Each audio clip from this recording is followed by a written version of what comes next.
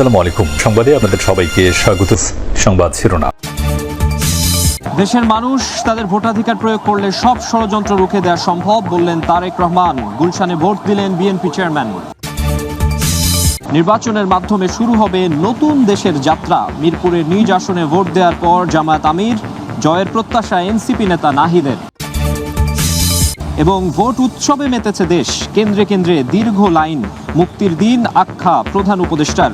নির্বাচনের মধ্য দিয়ে দুঃস্বপ্নের অবসান হওয়ার আশা। ভোট উৎসবে মেতেছে পুরো দেশ এবং অনেক হেভিওয়েট প্রার্থী এরই মধ্যে তাদের ভোটাধিকার প্রয়োগ করেছেন। তারা ভোটাধিকার প্রয়োগ করে এরই মধ্যে গণমাধ্যমের সঙ্গে কথাও বলেছেন।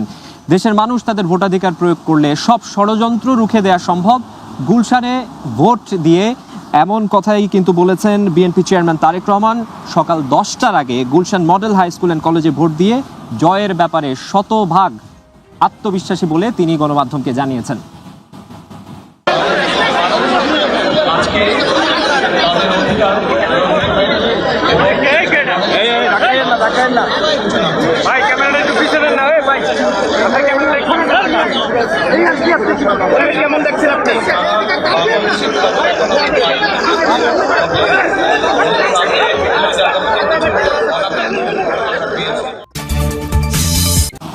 ভোটের মাধ্যমে দেশের নতুন যাত্রা শুরুর প্রত্যাশার কথা কিন্তু জানিয়েছেন জামায়াত আমির doctor Shafiqur Rahman. Mirpur Manipur boys high স্কুলে ভোট দিয়েছেন তিনি এবং এরপরই গণমাধ্যমের সঙ্গে কথা বলেছেন তিনি। দীর্ঘ প্রতীক্ষার পর দেড় মাস দেশবাসী কোনো ভোট দিতে পারে নাই, আমিও পারি নাই।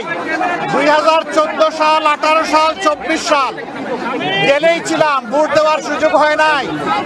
এই তিনটা ভোট হারানোর পরে আজকে আলহামদুলিল্লাহ আল্লাহ তাআলা আমাদেরকে ভোট দেওয়ার সুযোগ দিয়েছেন।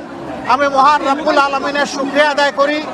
আল্লাহ তাআলা এই ভোটের মাধ্যমে বাংলাদেশে একটা নতুন অধ্যায়ের সূচনা করে দিন, সেটা দোয়া করি। যুব সমাজ যারা জীবনে একটা ভোটও দিতে পারে নাই, এই ভোটটা শান্তিপূর্ণ হোক, সুষ্ঠু হোক, সন্ত্রাস মুক্ত হোক, দখল মুক্ত হোক এবং সবার কাছে গ্রহণযোগ্য হোক, এটা আমরা দোয়া করি। এই নির্বাচন দেশের গণতন্ত্র এবং ভবিষ্যৎ রাজনীতির পথ নির্ধারণ করবে, এমনটাই জানিয়েছেন বিএনপির মহাসচিব মির্জা ফখরুল ইসলাম আলমগীর। তিনি তার যেই সংসদীয় আসন সেখানে কথা বলেছেন, সুষ্ঠুভাবে নির্বাচন সম্পন্ন হওয়ার আশাবাদ ব্যক্ত করেছেন। নির্বাচনের মাধ্যমে নতুন দেশ পাবে জনগণ, এমন কথাও কিন্তু তিনি গণমাধ্যমে বলেছেন।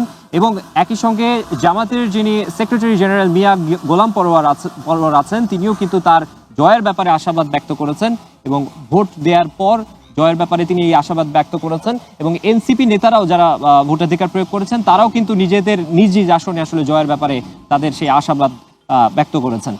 এই নির্বাচন এই জাতির ইতিহাসে অত্যন্ত গুরুত্বপূর্ণ। এই নির্বাচন নির্ধারণ করবে যে বাংলাদেশের ভবিষ্যৎ রাজনীতি কোন দিকে যাবে। বাংলাদেশের যে গণতন্ত্রের যাত্রা নতুন শুরু হলো আজকে, আমরা আশা করি এই পথ মসৃণভাবে আগামী দিনগুলোতে মানুষের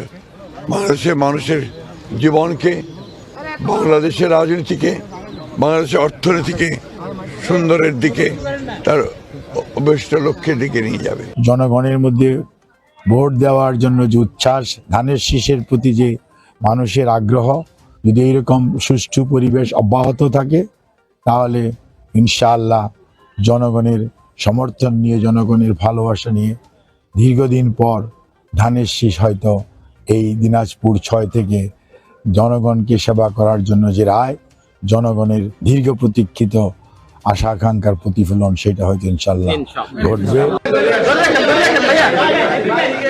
এই শান্তিপূর্ণ পরিবেশের মধ্য দিয়ে আমরা যেন সঠিকভাবে আমাদের নেতৃত্ব প্রতিষ্ঠা করতে পারি, নির্বাচিত প্রতিনিধি নিয়োগ করতে পারি, যার মাধ্যমে আমরা এই লক্ষ্মীপুরবাসী তথা আমাদের এই লক্ষ্মীপুর সদর 3 আসন আমরা আমাদের সবাই ঐক্যবদ্ধ থাকব এবং আগামী দিনে আমাদের যে উন্নয়নের অব্যাহত ধারা সেটাকে বজায় রাখবো। সবার পাশে আছি, সবার পাশে থাকবো।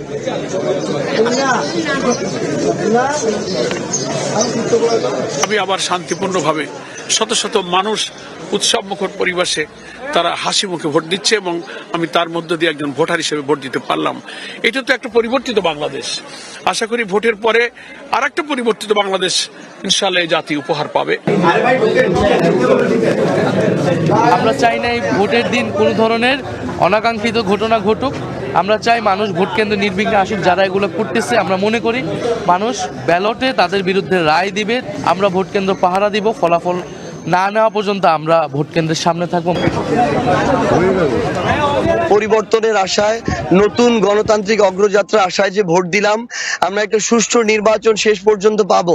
আমরা যেন জনগণের ভোটের উপরে, মতামতের উপরে আমরা যেন আস্থাটুকু রাখি। এখানে সবচেয়ে বেশি প্রয়োজন হচ্ছে রাজনৈতিক দল যারা আছে, তাদের নেতাকর্মীরা যারা আছে, তাদের সহনশীল আচরণ। আমরা প্রশাসনের দুর্বলতা খেয়াল করছি। আমরা খেয়াল করে দেখছি যে অনেকগুলো জায়গাতেই আমাদের এই আসনেও আমাদের যখন কার্যক্রমগুলো চলছিল প্রচারণা, আমাদের নারী কর্মীদেরকে হেনস্থা করা হয়েছে। এই দুর্বলতা নিয়ে সারাদিন যদি চলতে থাকে, সেক্ষেত্রে ভোটের ফলাফল নিয়ে একটা আশঙ্কার জায়গা তৈরি হবে, সুষ্ঠু ভোট নিয়ে একটা আশঙ্কার জায়গা তৈরি হতে পারে। কোনো সহিংসতা, সংখ্যা এগুলা মুক্ত থাকতেই চাই। ভোট একটা উৎসবের হবে, ভোট তো ভয়ের না। মানুষ তার ভোটাধিকার প্রয়োগ করবে, যাকে ইচ্ছা থাকে, যাকে পছন্দ তাকেই ভোট দেবে। বেলা গড়ানোর সাথে সাথে ভোটের যে পরিস্থিতি, সেটা কতটা পরিবর্তন হয়, উৎসাহটা আমরা আশা করি সেটা বজায় থাকবে। আগে যে হেভিওয়েট প্রার্থীদের কথা বলছিলেন, তারা কি কি কথা বলেছেন আমরা একটু জেনে নিতে চাই। তারেক রহমান তিনি কথা বলেছেন, বিএনপি চেয়ারম্যান, তিনি যেটি বলেছেন দেশের মানুষ ভোটাধিকার প্রয়োগের মাধ্যমে সব ষড়যন্ত্র রুখে দেবেন। গুলশানে ভোট দেওয়ার পর গণমাধ্যমে তিনি এই কথাই বলেছেন এবং সকাল 10টার আগে Gulshan model high school and কলেজে ভোট দিয়ে জয়ের ব্যাপারে শতভাগ আশাবাদ ব্যক্ত করেন বিএনপি চেয়ারম্যান। সাংবিধানিক যে অধিকার, ভোটের অধিকার, সেটি আমি প্রয়োগ করে এসেছি। ভোটের অধিকার বিগত এক যুগের বেশি সময় ধরে বাংলাদেশের মানুষ এই দিনটির জন্য প্রত্যাশা করছিলেন। আমরা দৃঢ়ভাবে আত্মবিশ্বাসী যে বাংলাদেশের মানুষ আজকে তাদের অধিকার প্রয়োগ করবেন এবং একটি গণতান্ত্রিক বাংলাদেশের সূচনা করবেন। সারা বাংলাদেশের খবর এখন আমি পাইনি, তবে গত রাতে বিভিন্ন জায়গা থেকে কিছু অনাকাঙ্ক্ষিত খবর আমরা পেয়েছি, যেটা কাম্য নয়। আমরা দৃঢ়ভাবে বিশ্বাস করি যে আইন শৃঙ্খলা বাহিনী তারা বিভিন্ন জায়গায় অত্যন্ত কঠোরভাবে সে সকল অনাকাঙ্ক্ষিত ঘটনা দমন করেছে, যা আমরা গতকাল রাত পর্যন্ত, ভোর রাত পর্যন্ত টিভির পর্দায় দেখেছি, বিভিন্ন চ্যানেলে দেখেছি। গুলশানে ভোট দেওয়ার পর প্রধান উপদেষ্টা ডক্টর মোহাম্মদ ইউনূস গণমাধ্যমে অ্যাড্রেস করেছেন। তিনি বলেছেন আজ মুক্তির দিন, নির্বাচনের মধ্য দিয়ে দুঃস্বপ্নের অবসান হওয়ার আশাবাদ ব্যক্ত করেন প্রধান উপদেষ্টা। আজকের থেকে আমরা প্রতিটি পদে নতুন বাংলাদেশ সৃষ্টি করার সুযোগ পেলাম। আজকে জন্মদিন পালন করি, আমরা সারাদিন ব্যাপী উৎসব করি, সবাই মিলে, জাতি সবাই মিলে উৎসব করি, এবং এটা আরো নিশ্চিত হবে গণভোটটা দিয়ে। প্রার্থীর জন্য আমরা ভোট দিলাম, সেটা খুব গুরুত্বপূর্ণ, কিন্তু গণভোটটা খুবই গুরুত্বপূর্ণ, সারা বাংলাদেশ পাল্টে যাবে। তো সবাইকে আহ্বান জানাচ্ছি গণভোটে অংশ নেবার জন্য, যাতে করে আমরা নতুন বাংলাদেশ গড়ে তুলতে পারি।